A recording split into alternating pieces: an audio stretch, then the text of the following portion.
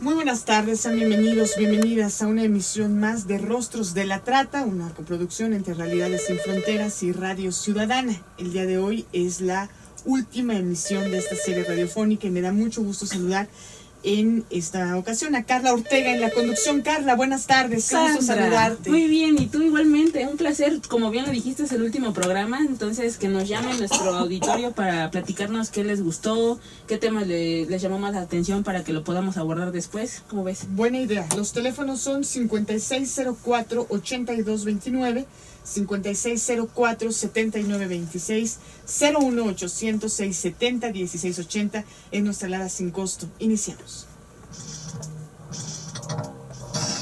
Hechos y cifras.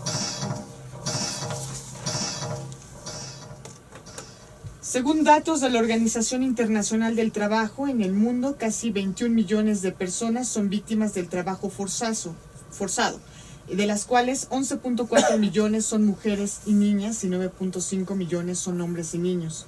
Alrededor de 19 millones de víctimas son explotadas por individuos o empresas privadas y más de 2 millones por el Estado o grupos rebeldes. De aquellos explotados por individuos o empresas, 4.5 millones son víctimas de explotación sexual forzosa. El trabajo forzoso en la economía privada genera ganancias anuales ilegales de 150,000 millones de dólares por año. El trabajo doméstico, la agricultura, la construcción, la manufactura y el entretenimiento se encuentran entre los sectores más afectados. Las y los trabajadores migrantes y los pueblos indígenas son especialmente vulnerables al trabajo forzoso. Rostros de la Trata.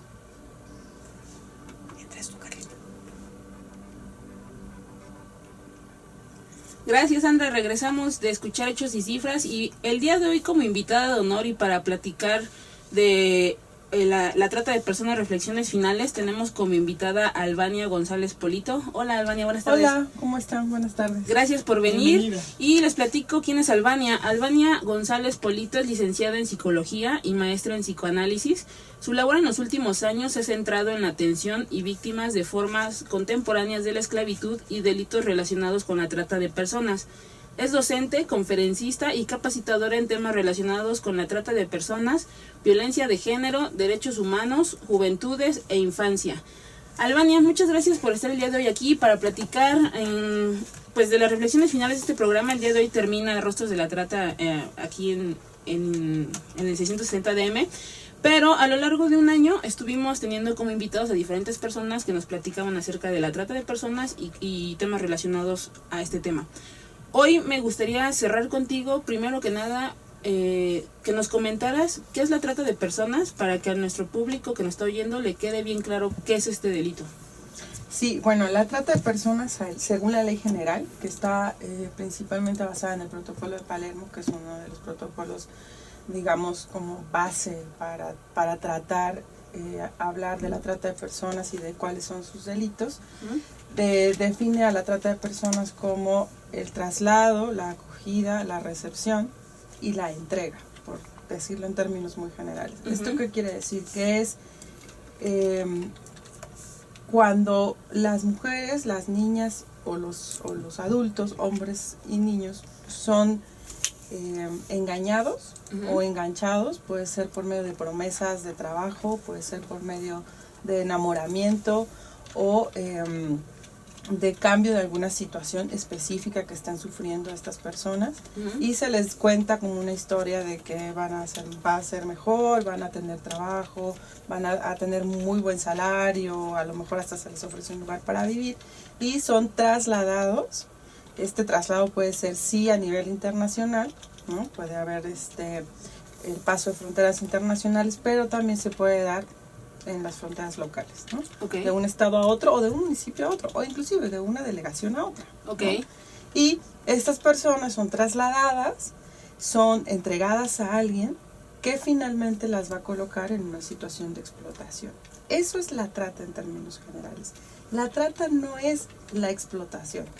La trata es este delito de engañar, enganchar, enamorar, trasladar, ¿no? De un lugar a otro y entregar para fines de explotación. Ok, y nada más hay una duda, ¿siempre van a ser promesas en beneficio de la persona o bien podrían ser amenazas, ese tipo de cosas? Puede darse por coacción, Ujú. ¿no? Por uso de la fuerza, Ujú. por amenazas, principalmente, por ejemplo, a muchas adolescentes. El engaño es que van a asesinar o van a hacerle algo a su familia, ¿no? Ujú. Entonces ellas acceden a algún tipo de actividad. ¿Por qué? Porque tienen miedo de que esto realmente suceda. Ok, oye, y en la actualidad con los cambios que está viviendo la sociedad en este tema de nuevas tecnologías y todo esto, ¿se están dando nuevas formas del delito? Sí, muchísimo. Por ejemplo, ahora una forma de enganche principal, de enganche y de venta, Ujú. que esto es una cosa muy característica de las redes sociales, es tanto que te contactan por ahí, Ujú. se quedan de ver contigo, se interesan en cuál es tu situación familiar o tu situación emocional, y hay una promesa de cambio, ¿no? Ujú. Y de un beneficio. O bien, ¿no? Hemos tenido casos principalmente en el Estado de México de niñas que han sido vendidas Ok. por ejemplo, por el Facebook. Ujú. El medio de contacto Y- es Facebook, Twitter. Y no etc. necesariamente el medio de contacto. Hemos tenido casos donde alguien se Ujú. da cuenta de que esta niña, hay una foto de esta niña en la red con su uniforme escolar, que se ve claramente que no posó para la foto, sino que se le tomó mientras ella salía de la escuela, iba por las tortillas o algo, y así es como es vendida. Ok. ¿Sí? Se pone Ah. una foto de ella con un precio. No, Y ok. así, las han estado vendiendo. Una de los trabajos más importantes, por ejemplo, de la policía cibernética ha sido encontrar estas direcciones y a estas personas que simple y sencillamente andan buscando, porque esa es otra cosa, ¿no? Pueden ser todos estos medios, pues también puede ser un simple secuestro o una desaparición, ¿sí? Ok, Entonces ya no apareces y eres vendida, claro. ¿sí? Muchas veces, antes de que tú puedas ser privada de tu libertad, mujer o niño o niña, ya hay un precio. Claro. Y pareciera que es una realidad lejana muchas veces o que no está al alcance de la vista de cualquier persona, pero ese tipo de casos como el que comentas seguramente son tan comunes ahora ya que es muy probable que cada quien tenga alguna persona, aunque sea en lejano grado, que esté en una situación de ese tipo, ¿no? Sí, de hecho, por ejemplo, nosotros tratamos de enseñarle a los jóvenes y a las jóvenes la importancia de resguardar cierto tipo de datos. Claro. ¿No? Porque además nosotros nos hemos dado cuenta de que una modalidad que ahora usa el crimen o la delincuencia organizada es justamente usar a niñas o a niños para que se hagan amigos de ciertos niños o ciertas niñas, vayan a su casa, sepan cómo está el movimiento, y entonces estos niños, tanto que pueden ser como asaltos a la casa, Ujú. como que puedan ser secuestrados o enganchados más fácilmente, porque ya hay un previo conocimiento. Ok. Y están usando también a estas niñas y a estos niños. Perfecto. Oye, Albania, vamos rápido a un corte, pero regresamos a platicar acerca de cuál es la situación del país en este tema y cuáles son los grandes pendientes que hay en materia de trata de personas. Claro ¿Vale? que sí. Sandrita, vamos a un corte. Así es, hacemos una pausa, los teléfonos son 5604-8229, 5604-7926 y 01800-670-1680. Volvemos. Estamos aquí en Rostros de la Trata a través de Radio Ciudadana en la última emisión de esta serie radiofónica. No se pierdan ni un detalle porque se pone bueno. Gracias, Andy. Regresamos a Albania. Antes del corte estábamos platicando qué era la trata en general, ¿no? Ya como un resumen o reflexiones finales de esto. Pero lo que nos interesa realmente es cómo está nuestro país en el tema en relación a la trata de personas.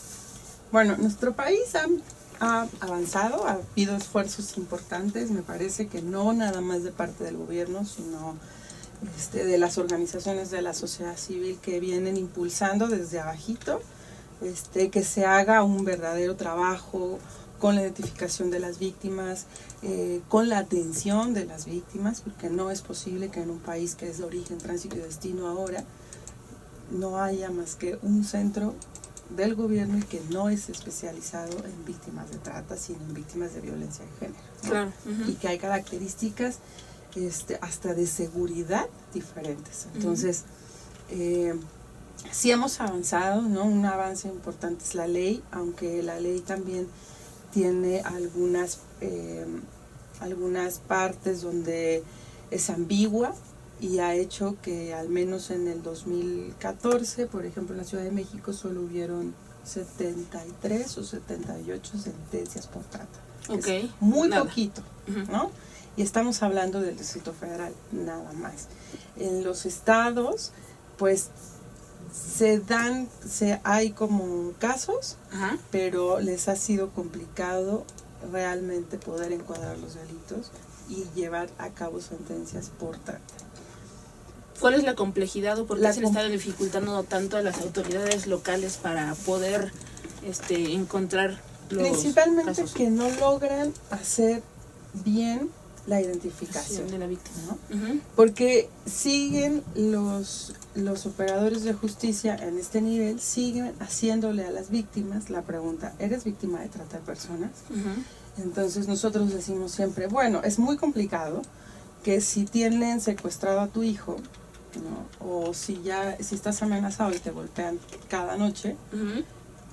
cuando un policía se acerque a ti y le diga, sí, yo soy víctima de trata de personas, además como con todo este concepto complicado de entender a veces de qué es la trata de personas. Uh-huh. Y tampoco es que podamos ir a un lugar y haya, las del lado derecho son víctimas de trata y las del lado izquierdo son, digamos, no víctimas de trata, sí. ¿no? Entonces eso lo hace muy complicado porque además, evidentemente, como dijimos, la trata es complicada en términos de la libertad que pueden tener estas personas. Uh-huh. Evidentemente no te dicen, soy víctima de trata. Claro. ¿No? Diríamos que entonces uno de los grandes pendientes que hay en relación a este tema en el país es que las autoridades o los que se encargan de ejecutar la aplicación de la ley sean capaces de poder reconocer de forma correcta a una víctima. De saber, sí, de identificar plenamente a una víctima sin revictimizarla, ¿no? Exactamente. Y adicional a este pendiente, ¿tú encuentras alguno otro más en nuestro país en relación al tema? Sí, bueno, por ejemplo, se implementó el Plan Nacional contra la Trata de Personas, Uh-huh. pero no había presupuesto, Okay. ¿no? Uh-huh. Porque se olvidó. Se olvidó de meter ese Ajá. pequeño detalle dentro del plan. Existe la Comisión Interinstitucional contra la Trata de Personas, sin embargo no tiene mecanismos claros. Uh-huh. Y la otra cosa es la atención directa a las víctimas, ¿no? En este punto yo creo que estamos muy en pañales, ¿sí? Podríamos decir que, por así decirlo, tenemos un caparazón como muy amplio, pero al final de cuentas, cuando abrimos ese caparazón, encontramos huecos, vacíos. Sí, y que yo creo que una cosa que sucede en términos generales en México es que las leyes no necesariamente tenemos que hacer otras leyes, muchas leyes, llenarnos de leyes, sino que realmente tenemos que garantizar que en la aplicación de la ley se haga de acuerdo, además, a todos los protocolos que México ha firmado en materia de explotación sexual y en materia de trata de personas, porque ese es un tema también muy importante cuando hablamos de la ley de trata, Uh-huh. ¿sí? Y de la reforma del artículo 1 constitucional, porque México ha firmado desde 1949 Uh-huh. tratados en contra de la explotación sexual. Entonces, de pronto, no poder encuadrar los delitos o no darle la atención a estas mujeres, a estas niñas, a estos niños también, que hay un gran número, a estos adolescentes, Uh-huh. es como también contravenir todos aquellos otros tratados que México ha venido firmando y se ha venido comprometiendo desde Belén do Pará, ¿sí? Hasta la Convención del 49. Entonces me parece que no es nada más hacer leyes y seguir haciendo leyes, que pues sí, nos salen bien bonitas, porque además nuestra ley no es tan mala, Uh-huh. ¿no? Sin embargo, en la aplicación de la ley se dispersa. ¿Por qué? Porque además tenemos funcionarios o servidores, desde operativos del sistema judicial hasta otros, que de pronto tenemos casos como San Luis Potosí, ¿no? Donde un delegado de migración viola a 2 niñas y las mantiene como esclavas sexuales a 2 menores de edad que venían migrando, ¿no? Uh-huh. Y que no se le castiga, sino el año pasado en el Congreso de San Luis Potosí lo nombran director de el área de recursos materiales o una cosa así, ¿no? Ujú. Entonces, y no se castiga a este tipo de funcionarios que están incurriendo en delitos y que están siendo parte finalmente, ¿no? Tal vez no de una red de trata, pero sí de una red de corrupción que está permitiendo que haya personas que de manera mucho más impune, porque además cómo yo me acerco a pedir tu ayuda, Claro. ¿no? Sí tenemos muchos casos y sabemos donde ellos mismos les piden favores sexuales. Por supuesto, y así seguramente como ese caso que comentas encontraríamos una cantidad interminable en una lista, ¿no? Uh-huh. Híjole, bueno, y Albania, por último, evidentemente ya platicamos que el Estado está haciendo un esfuerzo por combatir combatir el delito, ¿no? Pero nosotros como sociedad, y tú lo sabes estando en sociedad civil, no podemos quedarnos de brazos cruzados esperando a que las cosas sucedan, ¿no? Si tuvieras que decir una cosa que puede hacer cada persona desde su posición, ya sea en su casa, con la familia, con los amigos, como en sus trabajos, ¿qué podría hacer esa gente? Informar. Informar. Creo que es muy importante que le digamos a la gente que antes de decir está ahí porque le gusta, Uh-huh. porque es una loquilla, Uh-huh. hay que informarse. Y eso en el caso de las víctimas de explotación sexual, Las por que ejemplo, vemos. ¿no? Exactamente, las que vemos. ¿No? Y las que no vemos, me parece que una cosa que hemos perdido es esta capacidad de asombrarnos, ¿no? Uh-huh. Un poco en los términos platonianos, esta capacidad de decir, ¿por qué esa persona está en esa condición? Claro. ¿Sí? Esta capacidad de asombrarnos de cómo vive el otro. Y yo creo que eso es algo de lo que podemos hacer, porque también me parece que todos debemos entender que a veces son cuestiones como muy delicadas y muy peligrosas, entonces sí enterarnos, sí saber, ¿no? Y sí hacer uso y exigir que estas instancias, Uh-huh. desde la línea, la 01800 que existe, que también es un avance del gobierno, una línea para que pongas tu denuncia si estás siendo víctima de trata, y exigirle nosotros a la sociedad, al gobierno, que todas sus instancias funcionen. Claro. ¿No? Que no es posible que la ley de víctimas no tenga presupuesto y que los lugares donde atienden a las víctimas les cuestionen primero su condición de víctimas. Pareciera como si viviéramos muchas veces en un mundo de fantasía, ¿no? Que te enteras de ciertos casos y dices, no, eso no puede ser, eso no es posible, ¿no?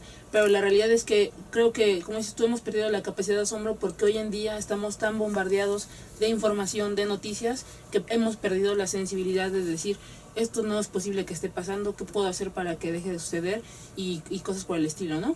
Pero decías algo importante, informar, es decir, informarnos de qué es lo que sucede, pero creo que también, y si no sé si estás de acuerdo conmigo, es informar a los demás. Por ejemplo, en el caso de una mamá, ¿no? Estar al pendiente de dar la información correcta a sus hijos para que no caigan en este tipo de situaciones. Uh-huh. Sí, creo que otra cosa que creo que hemos perdido y que ha hecho que en términos generales, la delincuencia organizada, pues de pronto nos avasalle un poco, es este sentido comunitario, del cuidado comunitario, ¿no? Uh-huh. O sea, si yo veo que en mi colonia, en mi unidad, en el parque donde siempre llevo a mis hijas o a mis hijos, hay de pronto alguien que nunca he visto Y tomando fotos. y tomando fotos o platicando con los niños, Claro. a lo mejor no voy yo y lo enfrento o la enfrento, pero puedo decirle a alguien más Claro. que eso era lo que antes pasaba, ¿sabes? Uh-huh. Porque antes yo le podía dejar a mis hijos, a mi vecina, a su cuidado, Ajá. y ahora no. Claro. Ahora todos nos encerramos a ver la televisión, en nuestros propios problemas, Nuestro teléfono, en nuestro ¿no? teléfono, y entonces este sentido comunitario de protección, porque eso servía para eso, Uh-huh.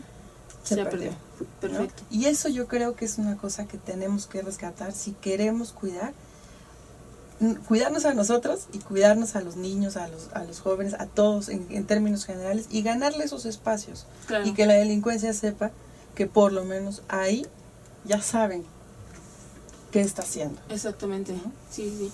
Albania, pues muchísimas gracias por haber venido a compartir con nosotros estas reflexiones finales del tema de trata de personas. Me encantó cómo cerraste, porque al final la razón de ser de este programa, de Rostros de la Trata en radio y además en sus diferentes canales de comunicación, es justamente eso, es informar a la gente de qué es el delito, cómo se puede combatir, qué es lo que podemos hacer cada quien dentro de nuestra posición, y al final, información, bien dicen, es poder, y nos da el poder de poder, evitar caer en unas situaciones o ayudar a alguien que está en una situación de este tipo, ¿no? Sí, claro. Albania, muchísimas gracias, y antes de despedirnos, Sandy, quiero agradecer a nombre evidentemente de Leticia Hernández, que hoy no está aquí, pero al final es la fundadora de este proyecto, que nos hayan mantenido dentro de su preferencia en este año que estuvimos aquí en Rostros de la Trata y MER en el 660DM, y pues muchísimas gracias por habernos permitido entrar a sus casas, a sus oficinas donde nos estuvieran escuchando, y ojalá en algún momento posterior podamos volver a estar con ustedes tratando estos temas que son de interés para todos, y pues muchísimas gracias.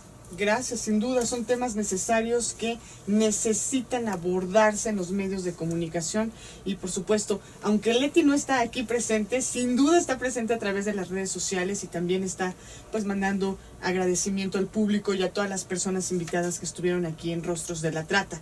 Pues nos vamos, les queremos recordar que el próximo 4 de febrero es el Día Mundial contra el Cáncer.